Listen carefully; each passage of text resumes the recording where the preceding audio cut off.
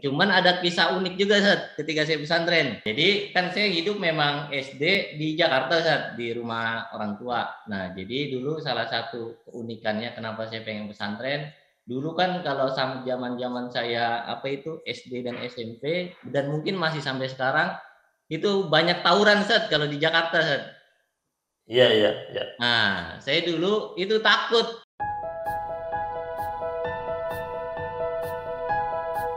Bismillahirrahmanirrahim. Assalamualaikum warahmatullahi wabarakatuh. Pemirsa Langit7.id yang dimuliakan Allah Subhanahu wa taala, kembali kita berjumpa dalam program acara kebanggaan Langit7.id. Apa kabar Ustadz? Program yang mengupas tentang kehidupan para ustadz-ustadz yang berada di negeri kita yang kita cintai ini, dan mengenal lebih dekat lagi dengan mereka, para ustadz, tentang keseharian mereka, aktivitas mereka, keluarga mereka, dan lain sebagainya. Pada pertemuan kita kali ini, kita akan menyapa guru kita, ustadz kita, yaitu Ustadz Muhammad Burdah, yang alhamdulillah saat ini sudah ada bersama-sama kita. Mari kita sapa. Assalamualaikum Ustadz. Waalaikumsalam warahmatullahi wabarakatuh. Gimana kabarnya Ustadz? Sehat? Alhamdulillah, sehat Ustaz. Gimana kabar antum? Alhamdulillah sehat, alhamdulillah. Ya, rencananya kita hari Senin sebenarnya, mohon maaf kita akhirnya tertunda ke hari Kamis karena suatu dan lain hal. Dan alhamdulillah qadarullah pada pagi hari ini kita kembali bersua dengan Ustadz Muhammad Burdah. Dan tentu kita ingin kenal lebih dekat dan mudah-mudahan pertemuan ini adalah pertemuan yang menghadirkan nuansa keberkahan buat kita semuanya. Amin. Ustadz, boleh ceritakan singkat dulu nih Ustadz. Ini Ustadz kita ini asli dari mana ini? Bismillahirrahmanirrahim. Alhamdulillah wassalatu wassalamu ala Rasulillah wa ala alihi wa ashabihi wa mawalah la haula wa la quwata illa billah. Sebelum kita masuk kepada apa yang menjadi pertanyaan apa itu Ustadz Rahman, mungkin saya ingin berterima kasih ya kepada para dewan redaksi yang mana dalam hal ini adalah Langit7 ya, karena telah memberikan kepercayaan dalam wawancara ini, karena setelah saya juga melihat beberapa YouTube di Langit7 ini, saya melihat sudah banyak ya. Jadi para kiai, para dai, para tokoh yang telah memberikan pengalaman dan nasihatnya mungkin. Nah, saya merasa di sini mungkin tak ubahnya Ustadz Rahman dan seluruh redaksi mungkin tak ubahnya bagaikan debu di antara mutiara-mutiara. Nah, tapi mungkin saya bermotivasi, saya berkeinginan dan teringat akan dauh atau apa kalau bahasa Indonesianya nasihat ya, guru saya. Ya. Jadi kalau ada amanah itu jangan diminta, cuman kalau diberikan kepercayaan jangan ditolak. Nah, maka bismillah, sami'na wa ata'na kepada guru, insyaallah pertemuan ini mudah-mudahan menjadi pertemuan yang barokah. Amin amin ya rabbal alamin. Amin.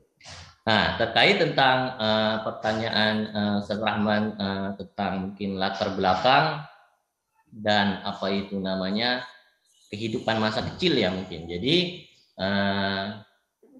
ketika kita mungkin ingin cerita sambil lalu santai mungkin apa itu namanya, saya Ustaz Rahman berangkat bukan dari seorang putra kiai. Ya, jadi keluarga saya itu sebenarnya backgroundnya adalah pengusaha. Nah, cuma dan mungkin ini juga bisa pelajaran buat yang lain. Cuma keluarga saya memang dari kecil itu adalah muhibbin, ya. Jadi mulai kecil emang keluarga itu saya kecil bahkan sebelum saya lahir sudah dekat dengan para habaib, Ustaz. Ya, ya. Salah satunya yang emang setiap bulan pengajian di rumah itu Al Habib Ali bin Abdurrahman As-Segaf almarhum Al Walid. Oh, Sayyidul Walid. Oh ya, Bukit Duri.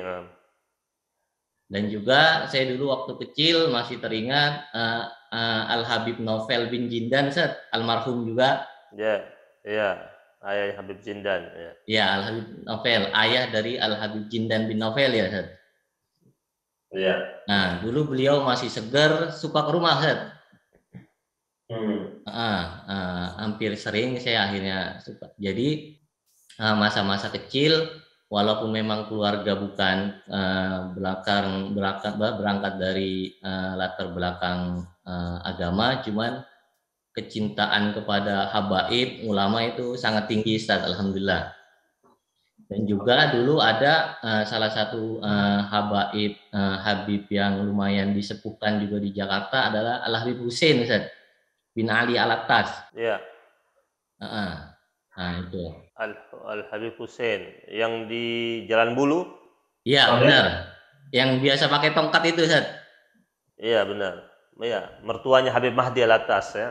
Iya, benar. Nah, itu alhamdulillah sangat sering ke rumah. Jadi masa-masa kecil saya itu lumayan sudah kalau datang kan pasti kita salaman, terus beliau pasti mendoakan dan banyak cerita-cerita gitu, Ustaz. Jadi latar belakang keluarga memang bukan keluarga kiai, cuman orang tua khususnya sangat cinta kepada ulama dan habaib, Ustaz. Ya. Orang tua boleh diceritakan usahanya apa waktu itu? Oh, kalau usaha orang tua sendiri itu jadi istilahnya kerjasama sama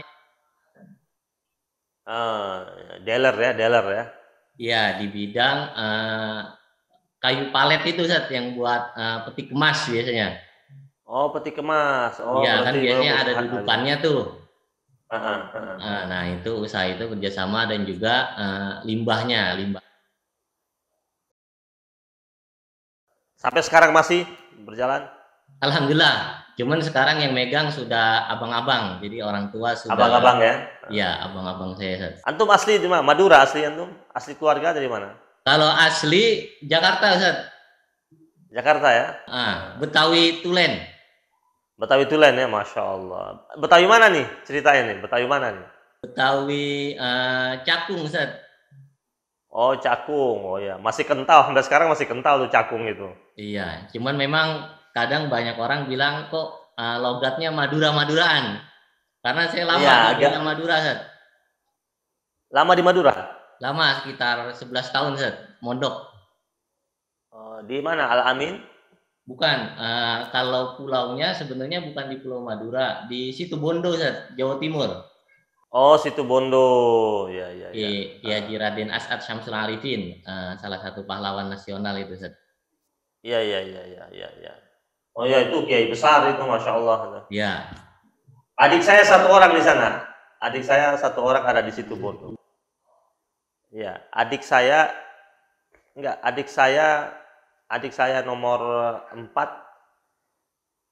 menikah dengan anak terakhirnya Habib Talib Al-Muhdar. Oh, iya. Jadi Habib Talib Al-Muhdar Situbondo punya anak perempuan paling kecil, nikah sama adik saya. Berarti pernah ke Situbondo, Ustaz Rahman? Sering, berapa kali saya. Yang waktu itu adik saya yang datang lamar anaknya Habib Talib, saya yang datang lamar. Iya, Ustaz. Apalagi udah bandara di Banyuwangi ada, Ustaz.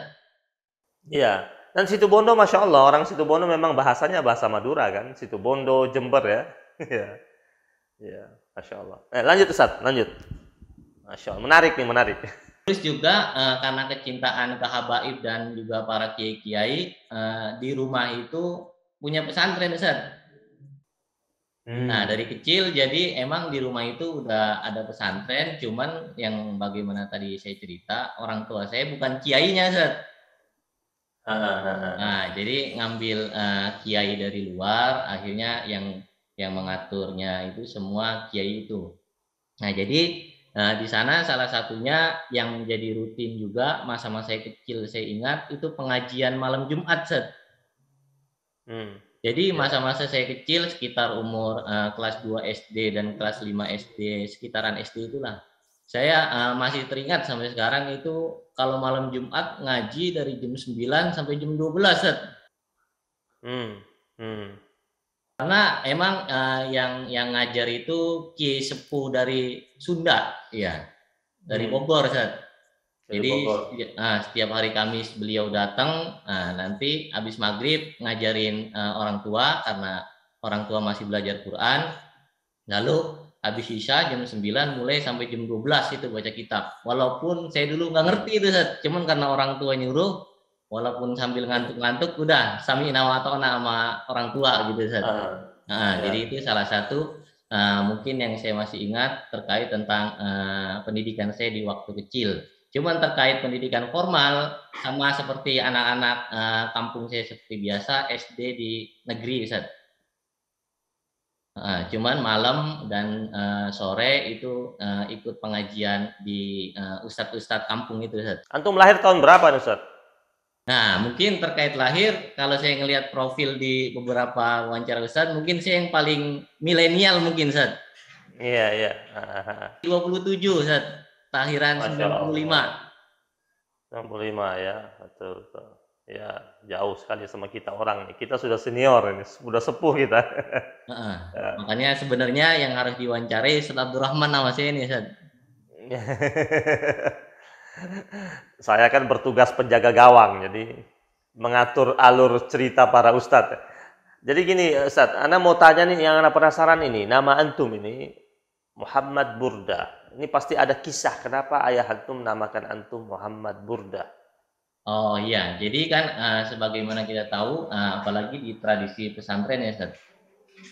Dan alhamdulillah ini menjadi nama pesantren juga, Ustaz. Jadi nama pesantren kita ada 2 di Jakarta dan di Bogor, namanya Pondok Pesantren Al Burda untuk yang di Jakarta, dan yang di Bogor Pondok Pesantren Tahfiz Al Burda, Ustaz. Nah, mungkin terkait nama itu, jadi kan kita sangat kenal ada yang namanya Qasidah Burda, Ustaz. Burda, ya. Nah, jadi orang tua itu terinspirasi dari Al-Imam Al-Busiri, yang mana beliau adalah sang pengarang sholawat itu. Nah, jadi keluarga orang tua ya tabarukan, tafaulan kepada pengarang kitab, juga kepada yang mana ini kan kalau kita lihat sejarah pembuatannya kan sungguh menginspirasi Al-Imam Al-Busiri di dalam menyusun bait-bait syairnya ini, Ustaz. Nah, mungkin itu panjang kalau ingin dijelaskan. Jadi terkait nama itu terinspirasi dari Qasidah Burdah itu, Ustaz. Masya Allah. Saya sih sudah mengira ini apa, karena namanya Muhammad Burdah pasti ada sangkutannya dengan Imam Al-Busiri, karena Imam Busiri ini kan pengarang syair-syair indah pujian kepada sang Rasul. Bahkan burdahnya beliau ini tidak hanya sekedar berisikan syair-syair indah, tapi burdah jika dibaca bisa menyembuhkan orang yang sakit bahkan. Ya, Masya Allah. Bahkan di pondok saya burdah itu dibuat pagar, Ustaz. Di Jawa Timur. Jadi setiap jam 12 malam itu ada istilahnya namanya burling. Burdah keliling, Ustaz. Nah, jadi bukan saya yang keliling, bukan. Jadi ustadz-ustadz di Jawa Timur, di pondok saya dulu ketika situ Bondo, itu setiap jam 12 malam itu muterin pondok sambil baca qasidah burdah itu, Ustaz. Karena dari Ki As'ad juga katanya burdah ini bisa jadi pagernya pesantren gitu, Ustaz. Dari sifat yang gangguan yang tidak terlihat gitu, Ustaz. Iya, betul. Masya Allah. Terus antum pertama kali masuk pesantren itu lulus SD apa lulus SMP? Ya, jadi terkait lulus pesantren, pendidikan pesantren, alhamdulillah saya mulai pesantren itu di umur SMP, Ustaz. Kemauan sendiri apa atas desakan orang tua? Sebenarnya kalau terkait itu dari abang-abang saya juga udah pesantren, Ustaz. Abang-abang pesantren juga? Iya, jadi rata-rata keluarga, abang-abang, kakak-kakak itu pesantren. Cuman ada kisah unik juga, Ustaz, ketika saya pesantren. Jadi kan saya hidup memang SD di Jakarta, Ustaz, di rumah orang tua. Nah, jadi dulu salah satu keunikannya kenapa saya pengen pesantren, dulu kan kalau zaman-zaman saya apa itu SD dan SMP dan mungkin masih sampai sekarang itu banyak tawuran, Ustaz, kalau di Jakarta, Ustaz. Iya, iya, iya. Nah, saya dulu itu takut ketika SMP saya takut tawuran gitu, Ustaz. Pikir saya kalau SMP di luar nanti tawuran pas suka bacok-bacokan juga kan, Ustaz, kalau kita dulu waktu zaman saya. Nah, makanya saya dari situ juga takut, akhirnya udahlah pesantren gitu, Ustaz. Jadi termotivasi pertama kali pesantren, yang pertama termotivasi sama abang-abang ya yang sudah masuk pesantren. Yang kedua terfikir tentang nilai moral ya, maksudnya kan kalau berlanjut di SMP di Jakarta, kondisi anak-anak SMP Jakarta yang hobi tawuran, tidak mau terkena imbas itu lebih baik masuk pesantren. Pergaulan juga akan lumayan bebas di Jakarta, Ustaz. Ya, waktu pertama kali masuk nih, sempat rasa nggak betah nggak? Iya, pertama kali masuk ada kisahnya juga. Jadi dulu kan di Jakarta itu ada yang saya tahu itu 3 guru sepuh, Ustaz, atau yang disebut dengan 3 serangkai ulama Betawi. Yang pertama Al-Habib Ali bin Abdurrahman As-Sagaf, yang kedua itu Al-Habib Husain bin Ali Al-Attas tadi, dan yang ketiga adalah dari kalangan kiai itu Kiai Abuya, Kiai Haji Abdurrahman Nawi, Ustaz. Nah, jadi dulu kan karena orang tua dekat sama Habib Ali, yang paling dekat kan keluarga sama Habib Ali, Ustaz. Nah, Habib Ali kan nama Habib Husain dan Abuya Kiai Abdurrahman Nawi itu udah kayak 3 serangkai, Ustaz, di Jakarta itu. 3 serangkai, betul. Nah, 3 serangkai. Nah, alhamdulillah ada satu pertemuan yang pas itu ketika Haul Habib Soleh Tanggul, Ustaz. Ya, dulu kan Al Habib Ali kan lumayan istiqomah, jadi setiap tahun kita hadir ke haulnya Habib Soleh Tanggul, dan di sana juga ada Abu. Jadi antum sekeluarga hadir di haul Tanggul berbarengan sama rombongannya Habib Ali. Alhamdulillah pernah ikut bareng, Ustaz, satu mobil waktu ke Darul Lughah wa Dakwah itu. Jadi satu mobil bareng, enak, Ustaz. Nah, dari situ akhirnya Abuya nyampein ke orang tua saya, Ustaz. Udah Haji Hasbullah katanya. Kalau anak antum mondok di pondok aneh, kalau kata Abuya ini dulu, Ustaz, almarhum. Aneh gratisin gitu kata Abuya dulu, Ustaz, almarhum. Nah, makanya pas orang tua kepengennya itu memang pondok itu pondok salaf, Ustaz. Maksudnya pondok salaf yang belajar kitab. Iya. Nah, dan bagaimana kita tahu Abuya Kiai Abdurrahman Nawi kan tingkat intensitas di Jakarta emang ahli dalam ilmu alat itu, Ustaz. Nah, singkat cerita, alhamdulillah saya mondok 3 tahun di pesantren beliau yaitu Al Awabin Depok, Ustaz. Setelah selesai dari situ? Nah, setelah selesai dari 3 tahun itu, karena abang saya juga lebih dahulu ke Jawa Timur, akhirnya untuk pikir saya untuk menambah pengalaman dan menambah ilmu mungkin lebih jauh, akhirnya saya terinspirasi abang saya untuk melanjutkan di Jawa Timur, Ustaz, di pondoknya Ki As'ad Syamsul Arifin itu. Jadi nyusul ke sana lah, nyusul ke Jawa Timur. Ke sana, Ustaz. Ke Situbondo. Ada berapa abang yang di pesantren juga? Kalau di pondok pesantren Jawa Timurnya satu, Ustaz. Satu abang saya, dan sekarang masih ada adik di Mahat Alinya, Ustaz. Oh, adik masih di Mahat Ali. Nah, kalau abang-abang yang lain itu di Asyafi'iyah Ki Abdullah Syafi'i, Ustaz, Sukabumi. Pulau Air. Iya, Pulau Air, benar, Ustaz. Iya. Nah, di Pulau Air. Gini apa? Sekarang antum pegang pesantren yang mana nih? Alhamdulillah saya diamanahi pesantrennya di Bogor, Ustaz. Di Ranca Bungur, Ustaz. Pokok dekat lapangan ini apa? Angkatan Udara Atang Sanjaya, TNI. Oh, dekat situ ya. Insya Allah kapan-kapan nanti Langit 7 bisa datang ke sana liput lah, insya Allah. Di sini banyak empang juga, banyak ikan, nanti kita bakar-bakar bisa, Ustaz. Oh ya, nanti tim redaksi saya bawa banyak-banyak, suruh mereka bakar-bakar ikan di sana. Iya benar, banyak buah-buahan juga, Ustaz. Banyak buah. Luasnya berapa tuh, Ustaz? Alhamdulillah untuk luas tanah kurang lebih 1,5 hektar Ustaz. 1,5 hektar ya. Berapa santrinya sekarang? Alhamdulillah karena saya ini kan baru 1 tahun merintis Ustaz. Ya, Nah, ya. alhamdulillah untuk santri TK, TPQ dan pengajian itu sekitar 100 Ustaz. Wah, itu termasuk awal yang bagus sekali. Awal yang bagus sekali ya. 1 tahun antum berjalan, antum Masya Allah sudah mendapatkan santri sudah 100.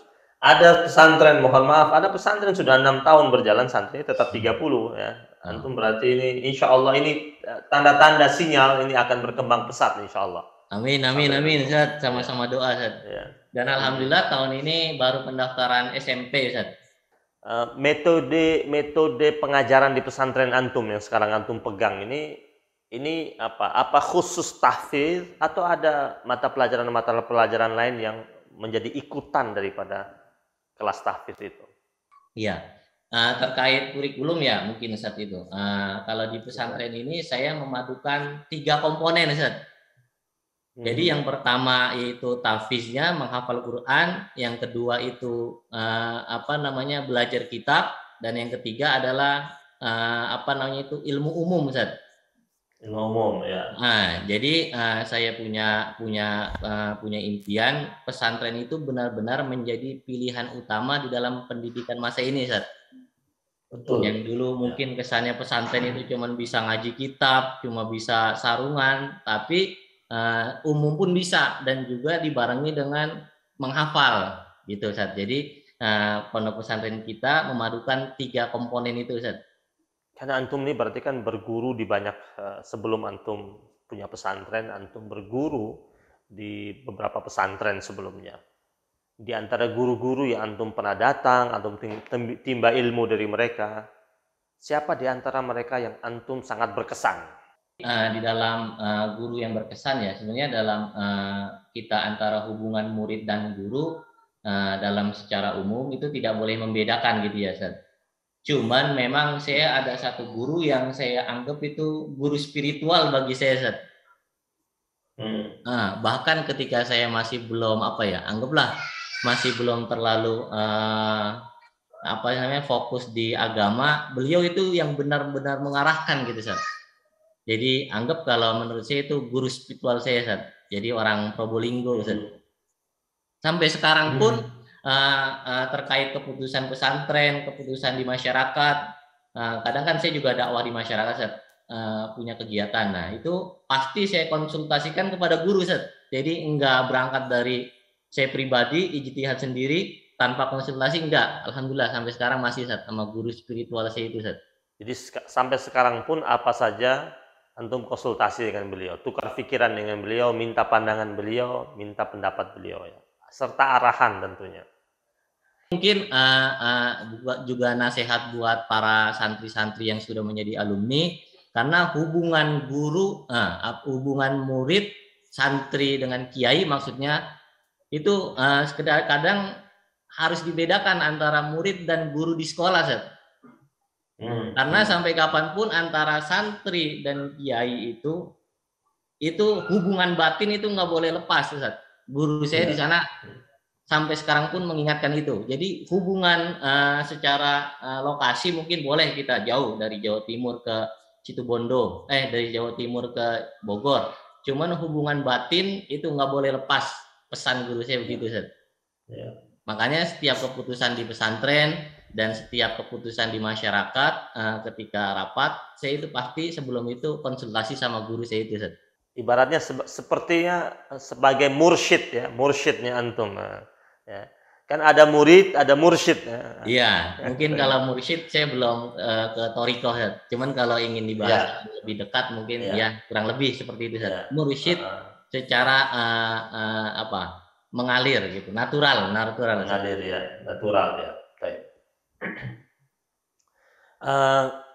Kegiatan-kegiatan pesantren yang antum rancang saat ini, apa antum memadukan formula-formula apa saja? Apa memang antum menitik beratkan formula salafiyah atau dia ada salafiyah plus dengan al-asri, dengan modernnya? Terkait tentang itu memadukan Ustaz. Jadi saya sebenarnya nggak terlalu banyak ngambil teori-teori tentang itu. Jadi saya hanya menerapkan apa yang dulu saya pelajari di pondok, Ustaz. Jadi di Jawa Timur itu kan punya kurikulum pesantren dan umum itu jalan bareng. Jadi kita paginya itu sekolah pagi, Ustaz. Nah, sorenya kita itu sekolah atau kuliah. Makanya alhamdulillah saya di Jawa Timur sampai S2, Ustaz. Jadi dulu sambil ngaji kitab, sambil ngafal Quran, Ustaz. Sambil kuliah juga, Ustaz. Alhamdulillah sampai S2, Ustaz. Antum S2-nya di mana waktu itu? Di Jawa Timur, Ustaz, di pondok itu. Jadi di pondok Salafiyah itu ada Di pondok itu ada kampusnya di pondok. Ada universitas, alhamdulillah, Ustaz. Udah jadi universitas sekarang. Alhamdulillah, alhamdulillah. Ya, sekarang banyak sekali kampus sekolah-sekolah di Jawa Timur pesantren yang sudah ada universitasnya, termasuk seperti Darul Lughah wa Dakwah juga begitu kan. Sudah ada program sampai S2, S3-nya. Ya. Gontor juga begitu. Gontor dulu di institut, tapi sekarang dia sudah berbentuk universitas juga. Dulu institut, saya sekarang sudah berbentuk universitas. Baik Ustadz, sekarang sudah berkeluarga tentunya ya antum ya. Alhamdulillah anak udah ini 2, Ustaz, insyaallah. Kedua ya. Istri lulusan pesantren juga? Istri pribumi di pondok saya dulu, Ustaz, di Jawa Timur. Asli orang sana, orang Situbondo. Situbondo. Jadi termasuk di lingkungan pesantren, dekat-dekat pesantren, Ustaz. Santriwati bukan? Santriwati juga, Ustaz. Jadi saya dulu waktu waktu pulang dari pesantren boyongan ya istilahnya, Ustaz ya. Jadi banyak yang saya bawa, Ustaz. Alhamdulillah ilmu walaupun nggak banyak-banyak, Ustaz, sedikit. Terus ijazah juga, Ustaz. Alhamdulillah plus anak dan istri, Ustaz. Pandangan antum tentang dakwah Islam masa kini khususnya Indonesia. Terkait tentang dakwah Islam ya, Ustaz. Jadi ini juga lagi-lagi pesan dari guru saya, dakwah itu untuk masa ini jangan dimaknai hanya di surau-surau dan masjid-masjid, Ustaz. Jadi kita bisa masuk ke berbagai aplikasi. Saya salah satunya mungkin ya kayak YouTube ini, Ustaz. Terus entah itu Facebook atau mungkin juga TikTok. Jadi dakwah Islam itu harus dikembangkan. Juga alhamdulillah, Ustaz, Langit 7 alhamdulillah juga punya channel YouTube. Alhamdulillah pesantren kita juga mengembangkan channel YouTube juga, Ustaz. Alhamdulillah. Kita juga punya YouTube. Jadi pandangan saya terkait tentang dakwah Islam ini, apalagi anak-anak muda ya, Ustaz ya, para milenial yang mana sekarang sudah zaman kan serba cepat perubahannya. Nah, maka alumni-alumni pesantren dan juga para dai-dai harus lebih kreatif gitu, Ustaz. Entah itu lewat tulisan, entah itu lewat entah itu YouTube atau apapun, yang mana intinya itu adalah tersampainya kebaikan gitu, Ustaz. Ustadz, terima kasih banyak atas kesempatan antum dan kita mohon maaf jika dalam program ini ada kekurangan dan sebagainya, dan mudah-mudahan ini menjadi sinergi kebaikan kita dengan antum, dengan pesantren antum, dan mudah-mudahan program ini bisa berkelanjutan di kemudian hari. Dan doakan kita semua Langit 7, mohon juga santri-santri antum kami harapkan nanti di pesantren doakan kita terus agar Langit 7 ini kita juga sedang berdakwah, Ustaz, tapi berdakwah lewat medsos ya. Jadi mudah-mudahan ini dakwah kita ini mendapatkan kekuatan dari Allah Subhanahu wa taala, diberkahi, lancar, staf-staf Langit 7-nya gigih dalam menjalankan tugasnya dan mendapatkan limpahan rahmat dan kebaikan dari Allah Subhanahu wa taala. Terima kasih banyak, Ustaz. Salam kepada seluruh santrinya, salam kepada ayahanda dan ibundanya, salam pada keluarganya. Semoga Allah hadirkan kebaikan buat kita semuanya. Barakallahu fikum. Assalamualaikum warahmatullahi wabarakatuh. Waalaikumsalam warahmatullahi wabarakatuh. Syukran, Ustaz. Pemirsa Langit 7 dimanapun Anda berada, demikian tadi wawancara kita dengan guru kita, Ustadz Haji Muhammad Burdah. Beliau Ustadz yang cukup muda dengan usia 27 tahun. tetapi sudah berkiprah cukup banyak dan cukup baik dengan salah satu pesantren yang beliau pegang di wilayah Bogor, pesantren khusus tahfiz. Pesantren yang baru beliau rintis 1 tahun, tapi sudah memiliki santri kurang lebih 100 orang santri. Perkembangan yang cukup pesat, dan kita doakan semoga Allah Subhanahu wa Ta'ala berkahi pesantren beliau dan menghadirkan dan mengeluarkan lulusan-lulusan pesantren yang benar-benar mumpuni. Demikian pertemuan kita dengan Ustadz Muhammad Burdah, dan Langit 7 mengucapkan terima kasih atas segala macam bentuk perhatiannya, dan nantikan apa kabar Ustadz berikutnya dengan narasumber-narasumber lainnya yang menghadirkan sisi-sisi kehidupan mereka, dakwah mereka, kiprah mereka di bumi Nusantara ini. Terima kasih. Wassalamualaikum warahmatullahi wabarakatuh.